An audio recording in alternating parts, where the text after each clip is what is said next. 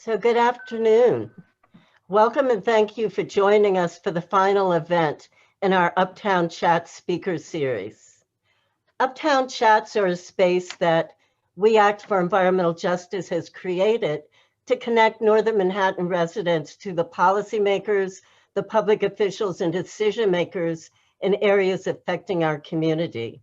But today we're expanding the reach of Uptown Chats into Asian Pacific Islander, Black, Indigenous, Latinx, and low-income white communities in large, mid-size, and small cities, and in rural and suburban areas across this nation with the release of the Green Jobs Report.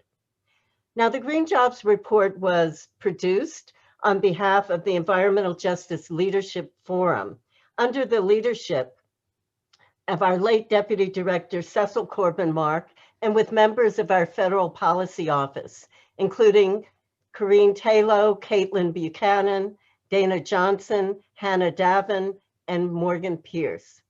And it was produced at a time when we arrived at the intersection of the COVID-19 pandemic and its outsized impact on overburdened communities, extreme weather events that included wildfires, hurricanes, and tornadoes, racial justice examination and demonstration in cities across the country, and an election season unlike anything that we've experienced in our lifetime.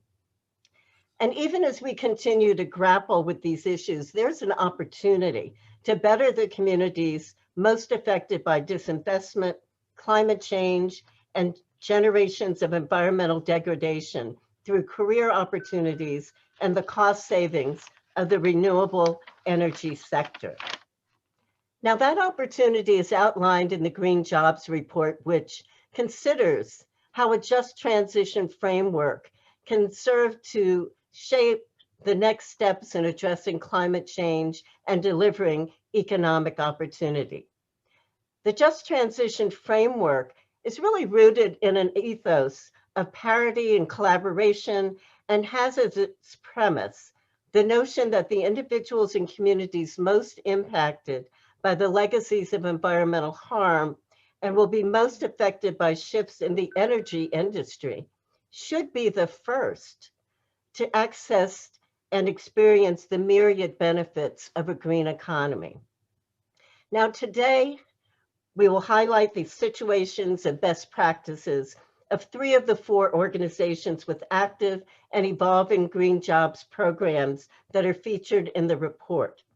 Those groups are the Deep South Center for Environmental Justice in New Orleans, Green Door Initiatives in Detroit, and We Act for Environmental Justice in Harlem. Now, we will also outline key recommendation areas that are deemed essential to improving diversity within the renewable energy industry and to ensure that individuals from overlooked, disinvested, and imperiled communities are really well positioned to take on employment opportunities.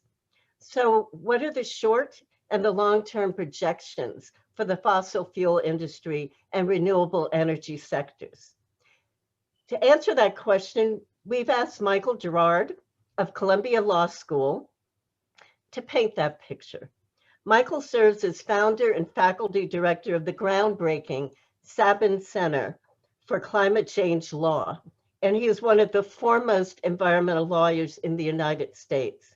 He has pioneered legal tools and strategies for addressing climate change and writes and teaches courses on environmental law, climate change law, and energy regulation. Michael has also authored numerous volumes on law and environmental justice as well. So again, when we think about employment impacts of the clean energy transitions, we think about renewable energy employment, renewable energy job support, clean energy expenditures, total job loss in the fossil fuel industry, and total employment impacts. And so we're going to hear from Michael Gerrard on some of those impacts today. So thank you, Michael. Thank you, Peggy. It's an honor to be on this program with you. So as Peggy said, I'm going to talk about the number of jobs that would be created and the number of jobs that would be lost in the energy transition. Already, there are a lot more jobs in clean energy than there are in dirty energy. This chart shows that there were 248,000 people employed in the United States on generating electricity through solar, more than twice as many as working on natural gas power, almost as many on wind, and coal is well below that, and oil is at the bottom. Next slide.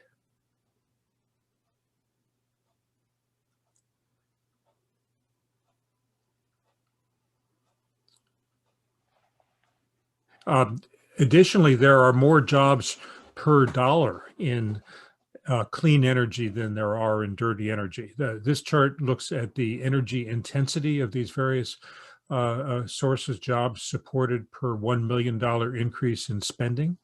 And you'll see that energy efficiency and wind and solar are much more labor intensive than coal or oil and gas, which are much more capital intensive. Next slide. To try to figure out the number of jobs that would be created and the number of jobs that would be lost, because there are a lot of assumptions that are built into this, I'm relying on a report that was released in October called the Zero Carbon Energy Plan. I participated in that report, and it went through a lot of detail, but it basically said that in order to achieve net zero greenhouse gas emissions in the United States by 2050, between 2020 and 2050, we need to be spending an average of $389 billion a year on new clean energy supplies, mostly solar, wind, geothermal, hydro, plus some others, plus the associated transmission and storage.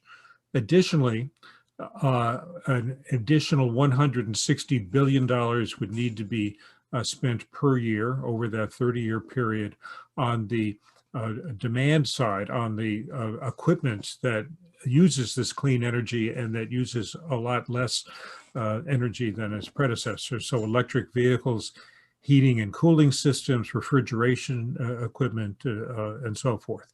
Now, these are the expenditures above and beyond those that would ordinarily be spent. People ordinarily would be buying cars and refrigerators and so forth. So this is the additional expenditures that would not otherwise be incurred. All these expenditures add up to about 1.7% of the U.S. Gross domestic product. So it's something that is entirely manageable by the U.S. economy. Next slide. Jobs would also be lost in the fossil fuel industry. And this chart from that report I mentioned divides them between the first decade, 2021 to 2030, and the last 2 decades, 2031 to 2050, of this transitional period.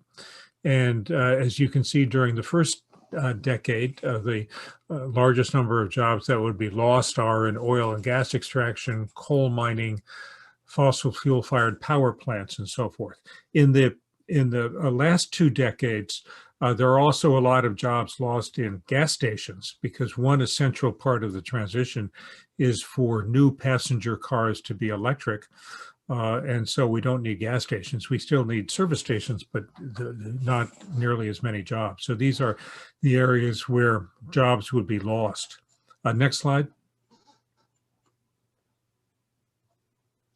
When we add it all up, on the clean energy side, the investments and expenditures for the supply, like wind and solar, and for the equipment, such as electric vehicle manufacturing, heating, ventilation and air conditioning, and so forth, would be about 4.2 to 4.6 million jobs would be created. So there would be this many jobs, this many people working in this clean energy industry on the average every year.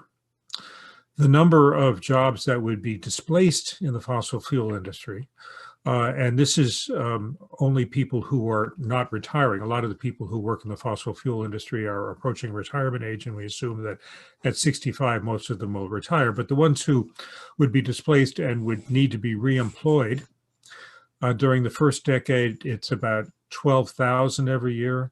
And during the last 2 decades, it's about 34,000 every year. So if we multiply it out, 12,000 times 10 years, 34,000 times 20 years, it adds up to about 800,000 jobs.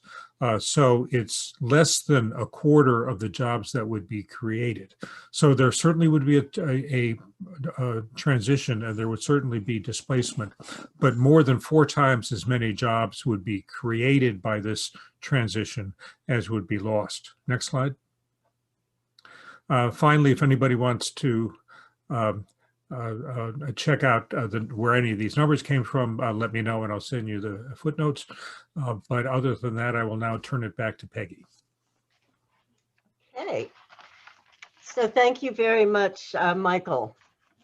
Now, the factors that lead to the underrepresentation of people of color and women in the renewable energy sector are complex, and they really deserve study. And to further understand the causes and remedies related to the renewable energy diversity gap, interviews were conducted with leaders of 4 green job nonprofits that have established successful job training programs that really work to make opportunities available to everyone. So we will hear from Dr. Beverly Wright, the Executive Director of the Deep South Center for Environmental Justice, Donele Wilkins, President and CEO and founder of the Green Door Initiative in Detroit, Charles Calloway, the Director of Organizing at We Act for Environmental Justice in New York, and Erica Simons, Vice President of Workforce Development and Service Learning at Grid Alternatives. Now today, Dr. Wright, Donele, and Charles will briefly share about issues that are unique and specific to the communities they serve, operating challenges, including the impact of COVID-19 and program opportunities through a just transition lens. So first, we will hear from Dr. Wright from the Deep South Center for Environmental Justice. The Deep South Center is dedicated to improving the lives of those harmed by pollution and vulnerable to climate change in the Gulf Coast region. So Dr. Wright.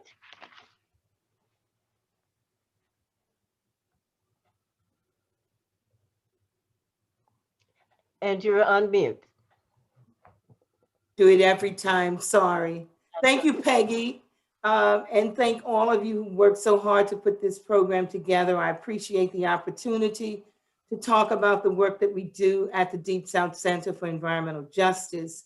The center was founded in 1992, really for a very specific task, and that was educating the African-American community along the Mississippi River Chemical Corridor that is one of the most polluted areas in this country, with 186 petrochemical plants and 6 refineries and an 85-mile stretch of land. And I have to tell you that we sort of backed into workforce development. Our workforce development is directly related to a service to a community that's completely affected by pollution, totally affected in every way. And all of their issues have been exacerbated since climate change, where, of course, we are also, because of the increase in catastrophic events, weather events, and the fact that we are not able to recover in a way that our white counterparts are.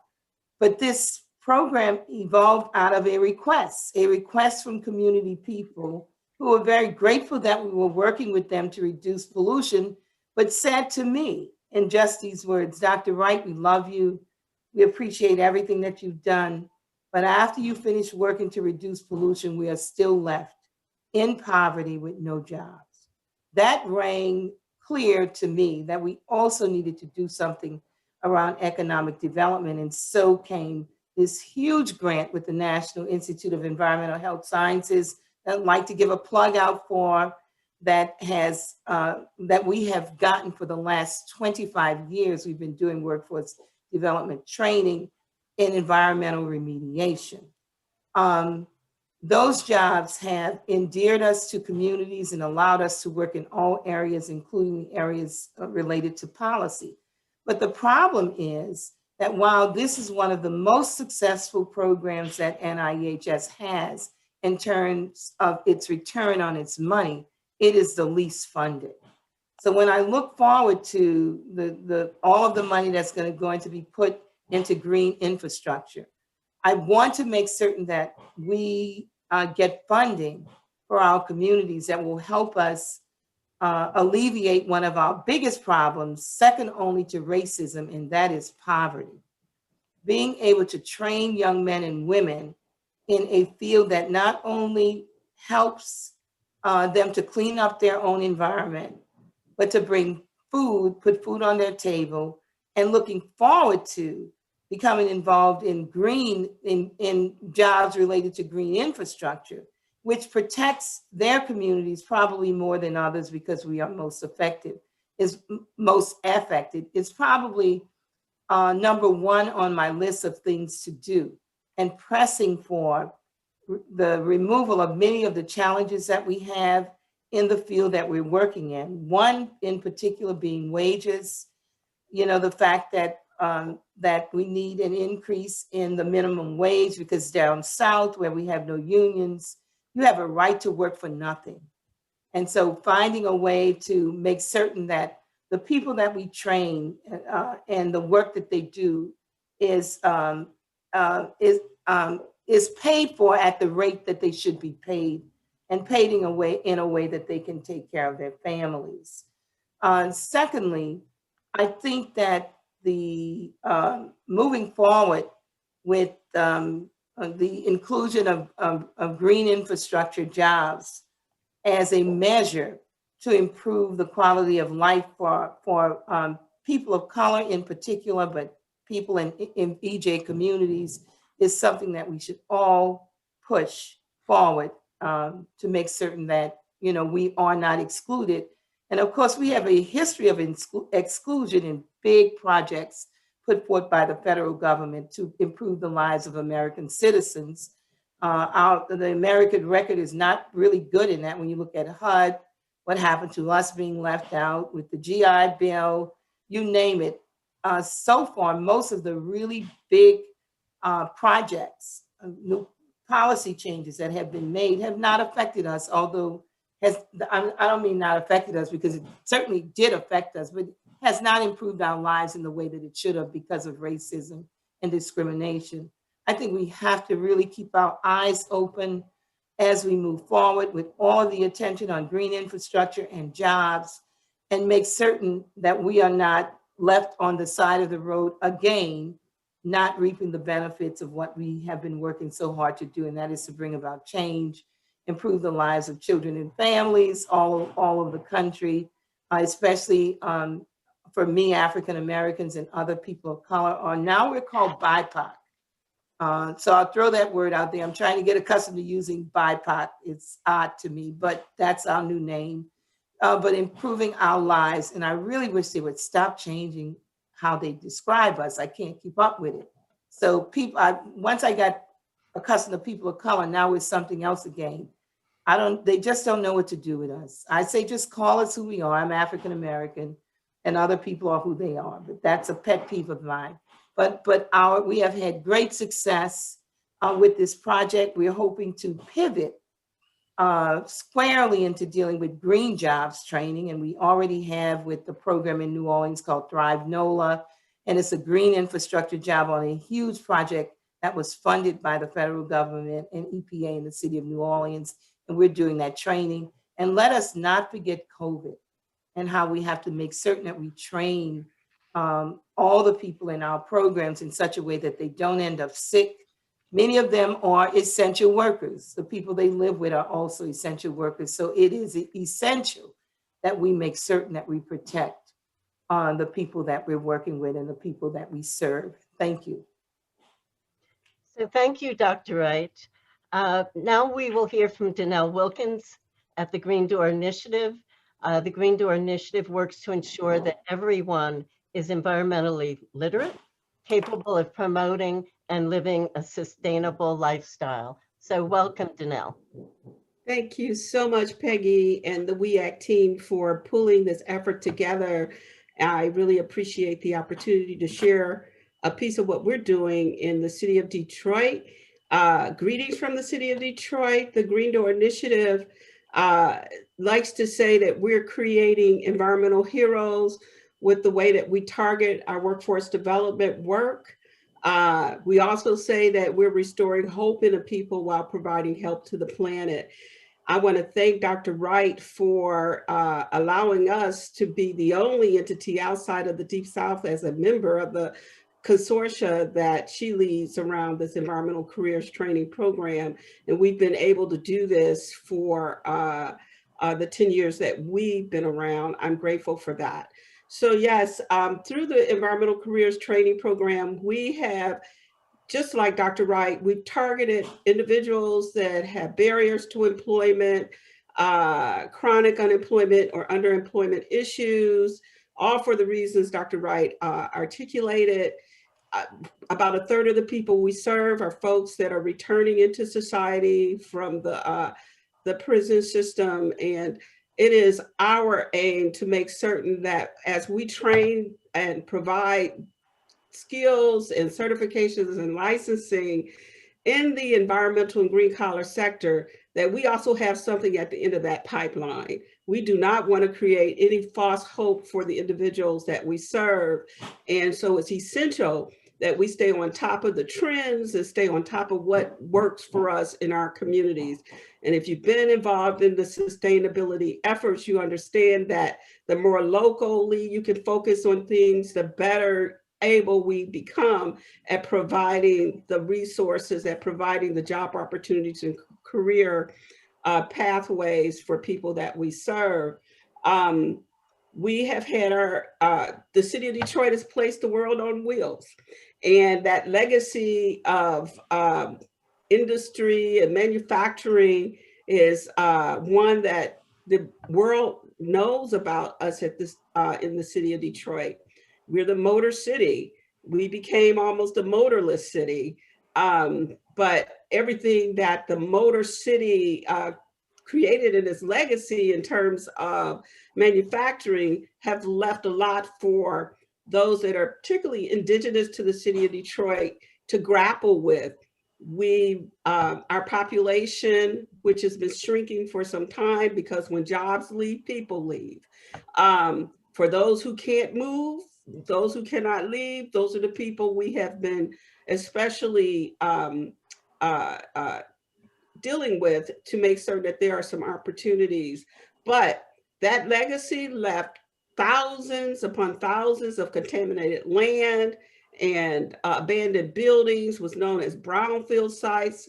For those who don't know that term, these are sites that are actually contaminated or polluted from past industrial activity, or perceived to be, because they are in close proximity to those kind of activities. And when Henry Ford, who was the industrialist that came up with this idea of assembly lines and manufacturing automobiles, when he decided to leverage his vision around manufacturing automobiles, it was all things automobiles in close proximity, and his workforce can walk to jobs and all of that. In today's terms, we would think that's pretty cool. People can walk to jobs. But back then, it was about petrochemical, rubber industry, steel, metal, all things that are required, all the ingredients required to put this together, pretty dirty.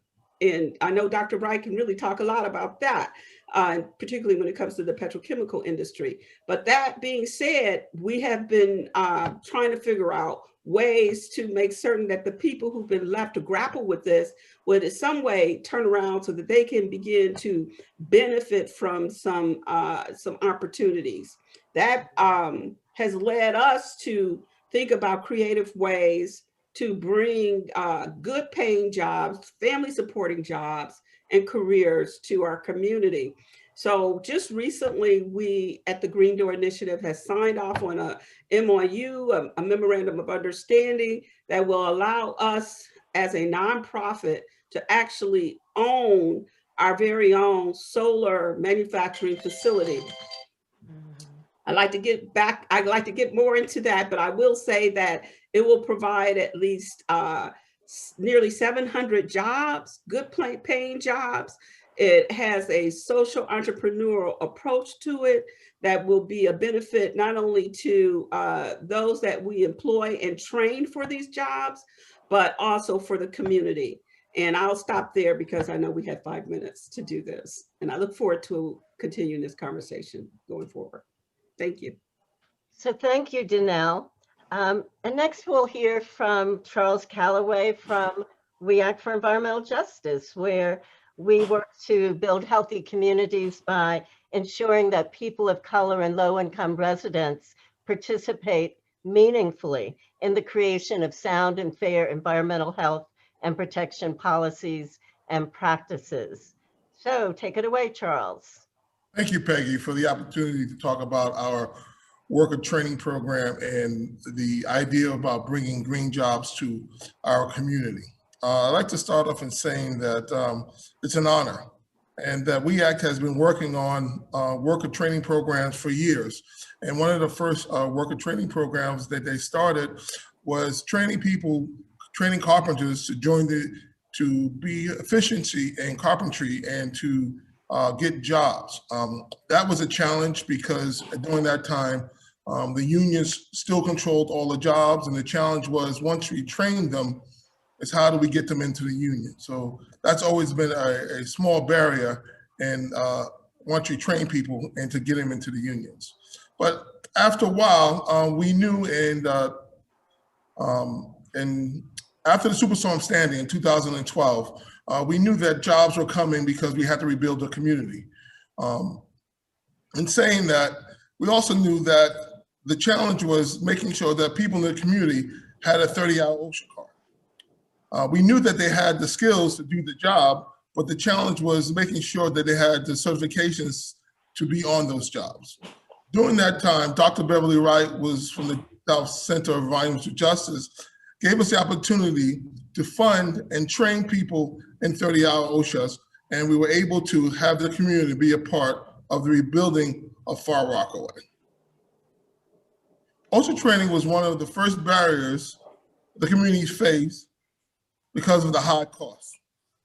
We were able to assist in building back the community and giving people jobs because they had the 30-hour OSHA. Our next step was to bring it back to our own community in Northern Manhattan because we knew that there was a lot of construction going on, and we had the opportunity to break down that barrier of giving people 30-hour OSHAs.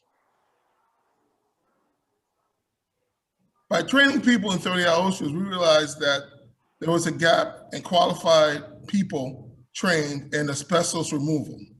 Along with a 30-hour OSHA card, considering that asbestos is an indoor environmental hazard, we started training people in asbestos removal.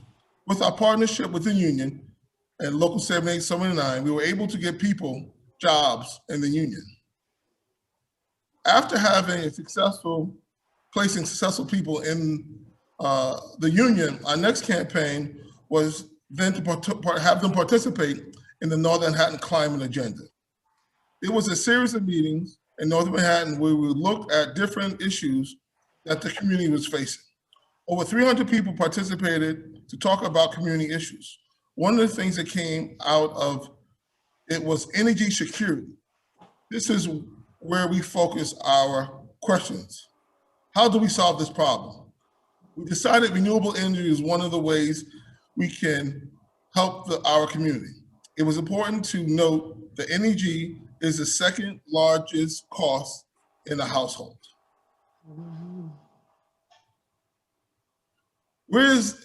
This was where we came up with Solar Uptown Now campaign, where we trained over 100 people to install solar panels on low-income moderate buildings in the community. Although we were successful in installing 400 kilowatts of solar. We weren't able to get as many jobs in the solar industry as we wanted. As a result of not getting as many jobs, the trainees decided to go through a process to start their own cooperative. They decided to get trained by a partner, a Green Workers Cooperative. They participated for 6 months and have started their own cooperative. The cooperative Uptown Solar Now was incorporated as a business in May and have done some subcontracting work and has installed 250 kilowatts of solar, and now currently is working on a 4 megawatt project as a subcontractor. The ultimate goal is to become a full-fledged solar company, which incorporates things like solar marketing, solar design, and reaching out to building owners to put solar on top of their buildings. With over 100 people trained in this program over the last 4 years, we received a total of $400,000 for the program, which is not sufficient enough to have a full service program. Most of the money went to the training, which costs about $2,500 per person. And if you do the math, you know that it's over half the money that we received to actually train the people. So there weren't other services that we could provide it, like resume writing and job placement, because we needed personnel to do that.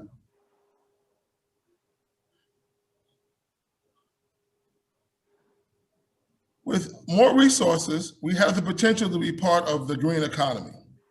As we look to the future, our program, we hope to break barriers and include such things as green job training in the green economy, tracking our graduates as they move forward and looking for jobs, having a liaison between solar companies and other companies to hire our people, and also paid job training. A lot of times people cannot participate because they have to have these other jobs to make ends meet, and weren't able to make that sacrifice and doing the training because they had to put food on their table.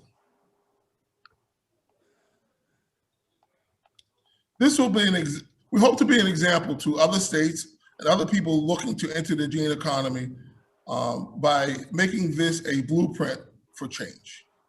And that's all I have to talk about. Well, thank you very much, Charles. And I really want to just do a shout out to Omar Freya, who runs the Bronx-based organization called Green Worker Cooperatives, where our young men were able to be trained. He's been running that organization for over a decade, and I'm just so happy that we've been able to partner with him. So again, thanks, Charles. And we're now going to hear from Corinne Taylor from We Act for Environmental Justice. And she's going to talk about best practices and policy recommendations to ensure a just transition within a new green economy. So welcome, Corinne. Thank you. So the environmental justice framework, which is at the heart of this report, requires that we create these green jobs in the same communities that are suffering disproportionately from legacies of pollution and climate change. And just transition mandates that we also acknowledge our national responsibility to protect the livelihoods of the working families and communities who've helped power and build this country. These jobs must pay a family-sustaining wage. They must provide health care and retirement benefits. They must be safe. And the workers who hold them must have a powerful voice on the job. Out of this understanding and also the experience,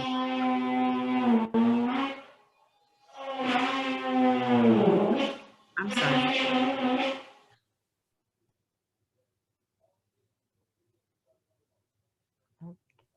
Okay, I'll keep going. In order to close the diversity gap within the green jobs and renewable energy sector, the investments in organizations like Green Door Initiative, Deep South Center, Grid Alternatives, and also WEAC's very own Solar Uptown Now must receive more funding to help us implement the following best practices. As Charles just mentioned, paying for OSHA card trainings is something that we think is critical. The 30 hours of OSHA training requirements are typically $300 per person, and these costs should not be a deterrent for people who want to participate, but who might also be income restricted. In addition, there's a lot of concern around transportation. And so we believe that there should be subsidized transportation opportunities for folks who are participating in these programs that we run. Helping participants get to and from trainings by providing subsidized or low-cost transportation removes another potential barrier to participation. Creating mentorship relationships, I think, is also incredibly important. Through the case studies we did, we saw that interviewees felt that one of the most effective ways to motivate individuals in the program was to connect them to others with similar backgrounds who work in the green job sector. Some participants may have never experienced a mentor-like relationship, whether that was in school or any other work setting. And so we believe creating more mentorship programs between those who are already employed and the folks that we are trying to put into the pipeline is also critical. Another important best practice we see is offering tutoring and other support. Half of the interviewees felt or even have staff dedicated to just tutoring trainees every single day and throughout the entire process of their training programs. The most common subjects were math, basic life skills training, and financial literacy, and computer training. So we feel that to couple the actual day-to-day green job trainings they have, having this type of tutoring to support that will allow the participants to come out of these programs and be stronger candidates for employment.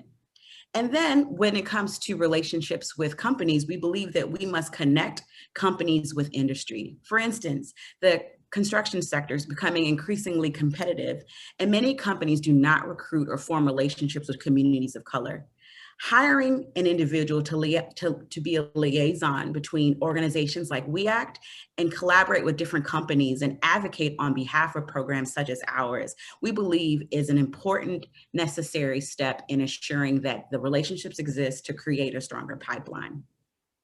Now, when we think about policies and legislation, a lot of the work that we do in Washington, D.C. is connected to uplifting the experience of not only our Solar Uptown Now program in New York, but also the work that's done in New Orleans and in Detroit as shared today. And what we've seen just in the last 2 months is that elections have consequences.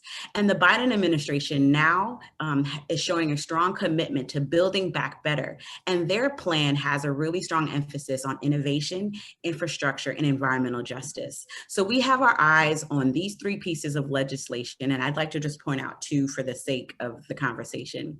The Environmental Justice for All Act, where we were on the leading task force, includes some really important provisions that particularly put an emphasis on creating a just transition by establishing a federal energy transition and economic development assistance fund to support communities and workers as they transition away from fossil fuel dependent economies.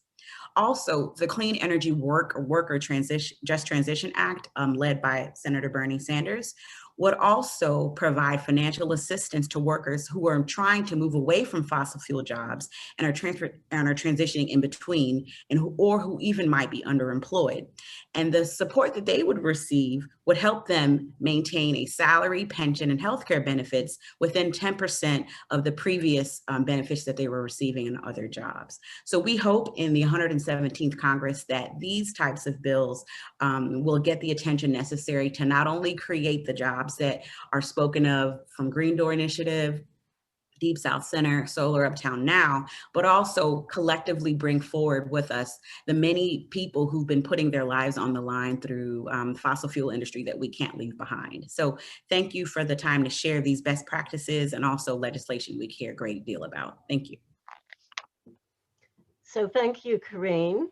Now we're going to open it up for questions. Please put them in the chat, and Hannah will read them out to us, and we'll alert you when we have our last question. So Hannah, what do we have in the chats? Great, yeah, so hi everyone, I'm Hannah. And so we have our first question is, someone is curious about the geographic distribution of job loss versus job creation. And I think this was at Michael Gerrard. So in oil and gas, the states with by far the largest number of jobs are first Texas, distant second is Oklahoma, followed by Louisiana, Colorado, New Mexico, and Pennsylvania. For coal, West Virginia, Pennsylvania, Ohio, and Kentucky. Now on the positive side, with respect to wind, the largest number of jobs is Texas again. Solar, it's California. Other states that are big in solar or wind are Florida, Illinois, Massachusetts, Michigan, New York, North Carolina, and Ohio. Now, with respect to the future, we expect that a lot of the electric vehicles will probably be built in Michigan, which is where existing cars are. Beyond that, it's a matter of policy that various governments will set policies on where to subsidize, where to put jobs. And so there are a lot of issues going forward. We don't know where all these future jobs are going to be located. Okay, thank you. Do we have a next question, Anna? Yes, so this question was directed at Charles, and someone asks, is the union path so difficult that it's not worth continuing to pursue?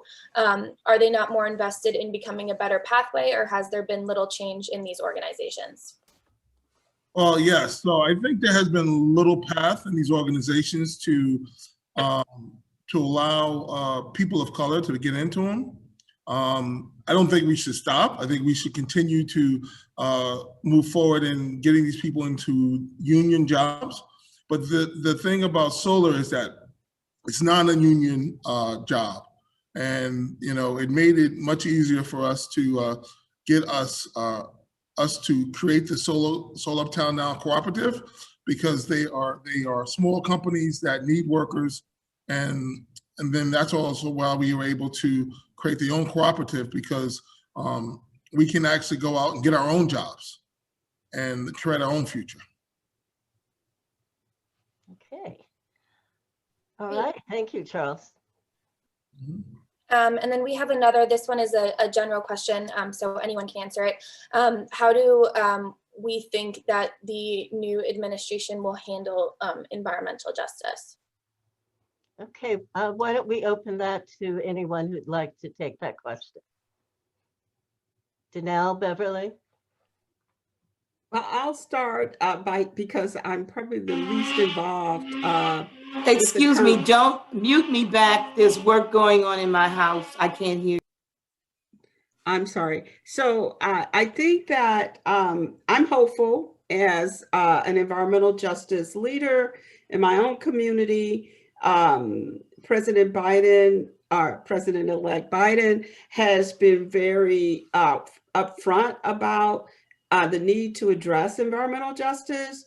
And I think that as leaders in this particular movement, we have access and a responsibility to hold this new administration accountable at every level possible to ensure that communities like ours really are cared for in a way that addresses the legacy issues, as well as thinking about the trends and what the future holds for the green collar opportunities.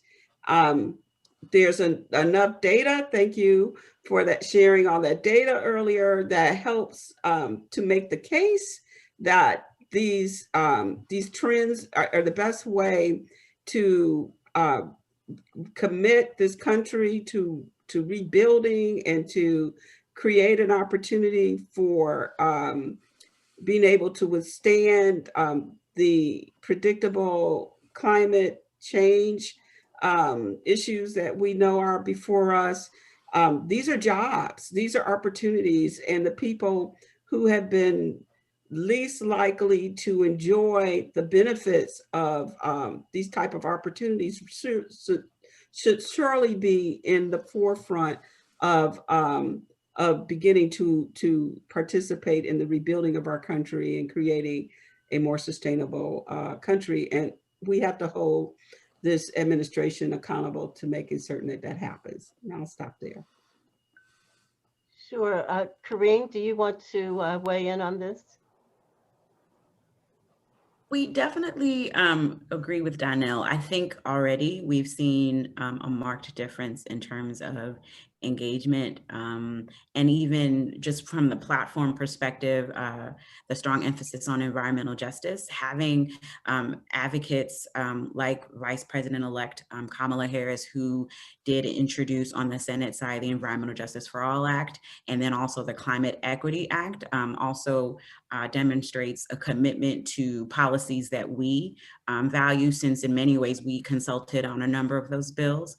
I think right now, every single one of us are very curious to see what the administration does in terms of the appointments of the leaders of these agencies, including the EPA, CEQ, Department of Energy, Interior, and all the different ways that EJ will be implemented throughout the entire administration. We're definitely, I think, going to be in a better position than we were in the last 4 years, where many of us did not, I think, even step into the EPA at least once. So we're very hopeful, and our goal, not only through the executive branch, but hopefully, depending on the outcomes of the Georgia runoffs, is to see beyond executive action, see us move to legislation that really centers environmental justice, centers equity, and then also provides the necessary resources to fund the organizations that we heard from today. This is Beverly. I'd like to say something. Please excuse me. We're not getting the green jobs in Louisiana, I noticed, although we're losing a lot of them. But what we have are termites, and they have been eating my house down. So the noise that you hear in the back are the people working on my house. I apologize, but I wanted to get this in. I just wanted to respond to Charles's response about unions. I can say this. I have not seen a push for more African Americans participating in the union, but I have seen a huge push for Latino workers to join the union, and they have invested a whole lot of money in worker centers for immigrant workers. And the same fight, I believe, that Black African Americans have had getting in unions still exists. The push is for Latinos, not African Americans. And I work with unions closely, and I can tell you that's what I see. So once again, you know, our fight is different often from even other people of color. And that's why I so often say we shouldn't be all lumped together. While we have one thing in common, we are all despised minority groups, but our situation on the ground is not always the same. And in relationship to unions, it is not. So I just wanted to make that point. And, and this is not fake news. This is real. And so, Dr. Wright, given that, are there other kinds of formations, cooperatives, or other ways of workers banding together in places like New Orleans and Louisiana? Yeah, so we have unions in New Orleans, but the problem is that we're a right to work state. I think that one of the best things that would help those of us who live in these red states is to try to find a way to remove that, where, you know, unions have been banned to some extent, or when they are here, they don't have opportunities, because it means that whenever they're bidding for a job, if you know what I mean, the companies that are not in unions pay us less money and they offer a lower price. So they'll always outbid union jobs. In the end, it's all negative for all of us, all the way down, you know. So that's one way. But the other thing is, we have had some of the young men and women who've worked for us who started their own companies. They've come together doing work. And, you know, I have to tell you that when they leave the South and they go to the northern states and so on, they do better. The wages are just almost double what they are down here. We'll have $8 an hour down here because of this minimum wage thing. And they'll go to New York or New Jersey and get 16, almost double what they get down here. So there are some real differences between the North and the South. And it's not just that one group fought against slavery. All of these things still exist in the South, and it's a whole different ball game working down here in red states than what it is in the Northeast. So we have to find creative ways of getting things done, and we have been doing this. I want to raise this thing, this other extremely important point. In Louisiana, and it's probably Mississippi, Alabama, Georgia, all of them, the majority of the work crews are Latino. The problem is that the Latino workers oftentimes have not been trained. There's no occupational and safety training. And when they're put on a job with our young people who have been trained, there are conflicts where we've had situations where our young men had to walk off an asbestos job because the Latino workers who also did not speak English, and our guys didn't speak Spanish, and there was no interpreter. They were trying to tell them not to smoke with an asbestos job, that it was dangerous. They didn't understand. The next thing we knew was that our guys were laid off. And they were told that the Latino guys did not want to work with them. They wanted to work with an all Latino crew. But it actually stemmed from their lack of education and the Black guys trying to tell them, no, man, don't do that. Don't do this. Don't do that. And they were annoyed by it, and we lost, our guys were fired. They walked off. So there's some real problems with, I think, occupational laws. I don't know what they are. We've called people to jobs. We've almost had jobs shut down here in the city, and none of them are union jobs, of course. They're all these companies who have put in a bid lower than union jobs, and then they take all the money, and the pay is very low, like $6 and $7 an hour. So we have a problem down here. It won't be solved overnight, but it is something that we try to keep our eyes on. And the conflict that they're causing between Black and Latino workers, it's all contrived by the people in charge. So they cause the conflict, and then we end up having a race issue on job sites. So not to be negative, but that is an issue for us down here. So it sounds like there's some key recommendations to make to the new administration around OSHA standards and workplace safety. Absolutely. Yep. So Hannah, any other questions? Yeah, so we have two that are kind of similar, so I'll try and put them together. So someone asked, in our area, energy efficiency is the top concern for energy transition, home retrofits, and weatherization. And they ask, have any of the presenters had experience in this area? And then somebody also wants to know how many retrofitting jobs will be created, and what's the best way to train this workforce?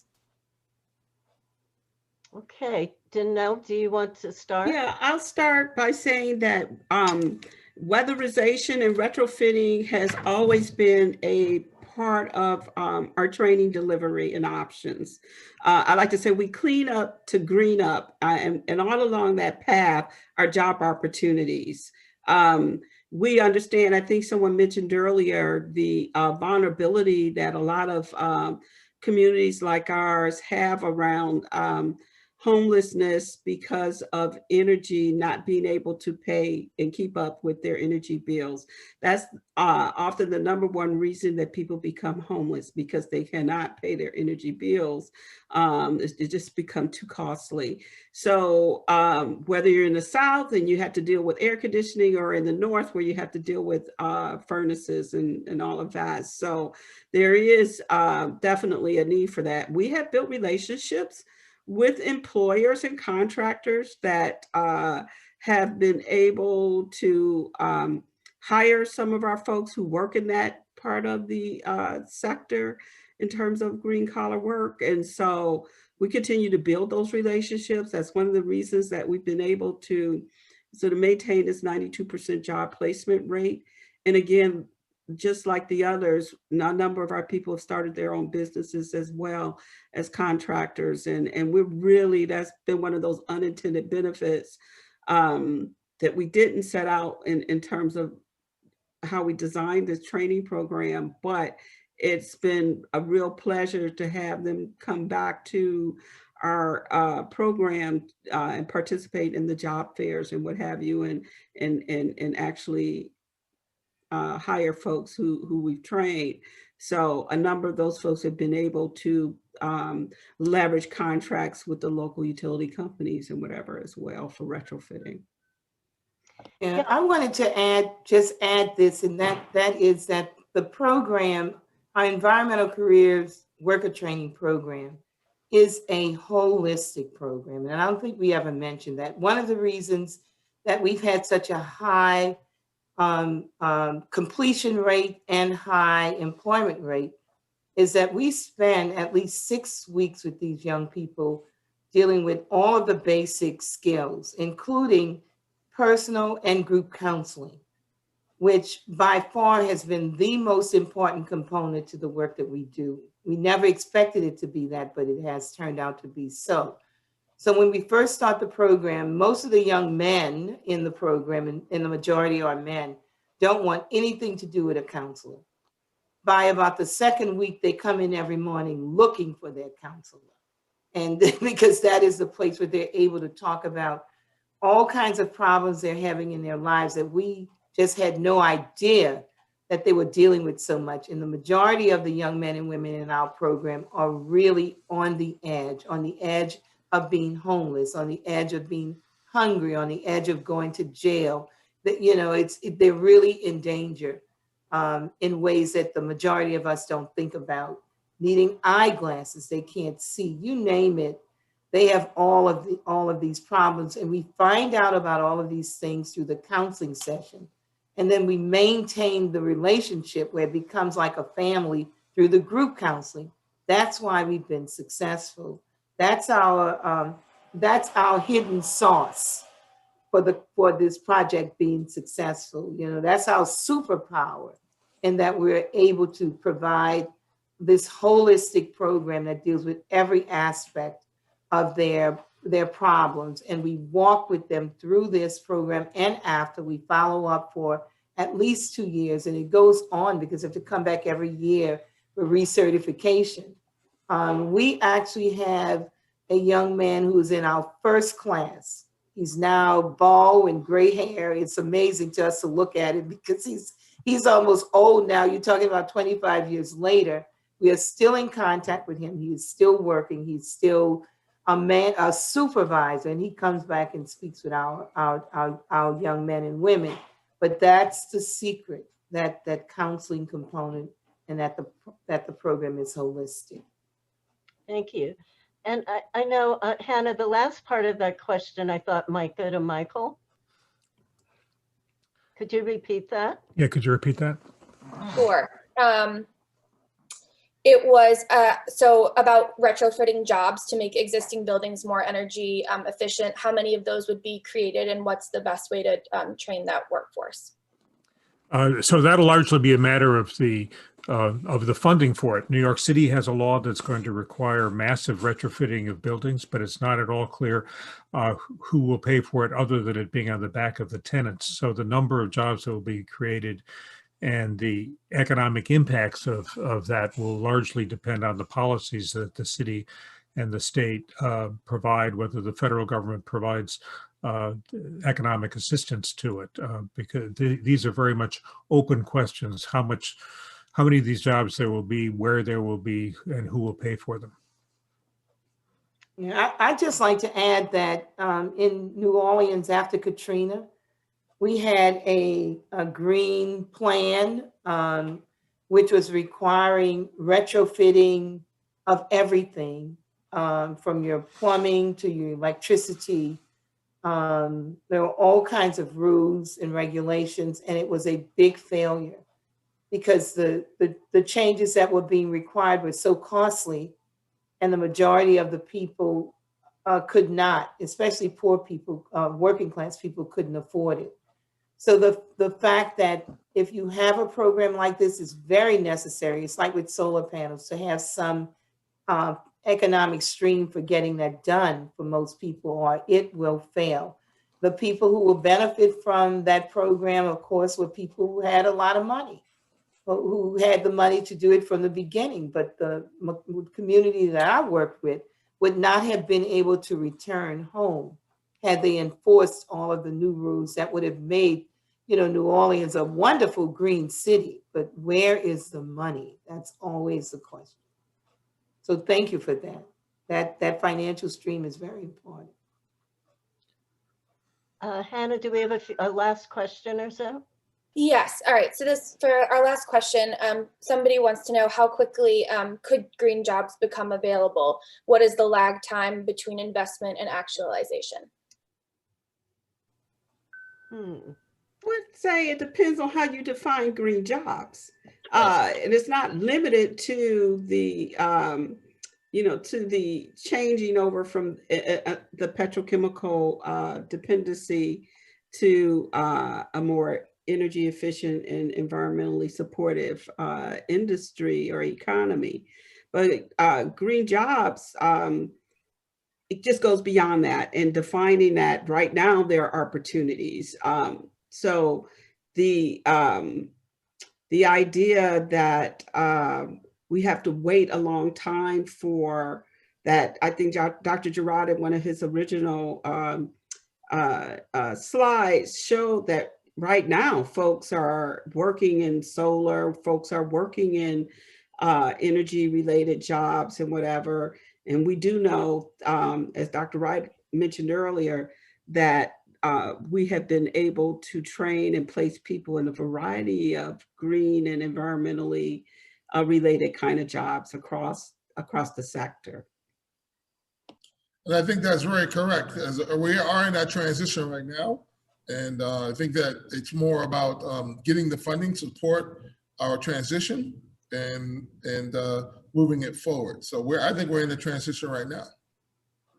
Yeah, in New Orleans, we have a huge project. It's called Thrive NOLA that we are a part of, where young men and women are being trained to create this unbelievable green space. But the job really basically includes moving dirt, putting in rain barrels and all of that kind of stuff. That's considered a green job. Now for me, because I like to deal with jobs with some permanency or some future, my question is, when they finish this big job that you're training them for, what have you left them with to move to another job that's not exactly this type of job? So in that sense, making certain that they have certifications in a whole host of things, including OSHA 30, so they can get into construction. It makes a lot more sense to me than just training people for one big project, and that's been my fight. So you're going to train them just to turn this big green space into something. But then what? What have you left them with but how to move dirt, to make this space? They need something else to be able to move to other jobs. So we have been trying to influence this project. We've managed to get them to include OSHA 30 in it. We're talking to them about COVID, construction training. They say they have it, but they don't. All they have is what their rules will be for you to work. That's not a COVID training. It's about a 4-hour class to learn how to pass equipment around. It's very detailed. So, it's an uphill battle to get people to understand what green jobs are. It's not just rain barrels. It's not just solar panels. It's a whole host of things that will push you into a place where you have work when one project ends. It has to be a more general and not as specific as what I see some of the proposals that people are peddling as green jobs, because there's money in saying you're doing green training. I hate to always have a beef. It sounds like I always have a beef. I don't. I'm just old. I've been around a long time and I just see a lot of stuff. Sorry, folks. And if we don't know those things, we're doomed to repeat. So keep on telling us those things so that we can keep on moving forward in the right direction. Well, absolutely. Thank you, Charles. It's clear that we're going to need a new paradigm for the underserved, undertrained young people in this country. And we're going to have to develop some recommendations to figure out how we're going to provide the kinds of holistic services that they need to be able to really engage for the long term. So I want to thank you all for sharing your knowledge. All of our panelists and speakers today, thank you very, very much. This conversation will continue as we have a new administration that's tackling these issues. And I hope all of you who are also on the call today are going to be part of making those recommendations and helping us think about how we will begin a new paradigm for the underemployed around green jobs. So thank you all. Please go to www.weact.org to download a copy of our report. And I wish you all a good night and a good holiday if we don't hear from you or contact you before. So good night, everyone, and thank you for being with us today for our Uptown Chats. Thank you, Peggy. Bye-bye. Thank you. Thank you. Thank you, Michael. Thank you, Thank you. Bev, Charles, Hannah, Karine. Bye-bye.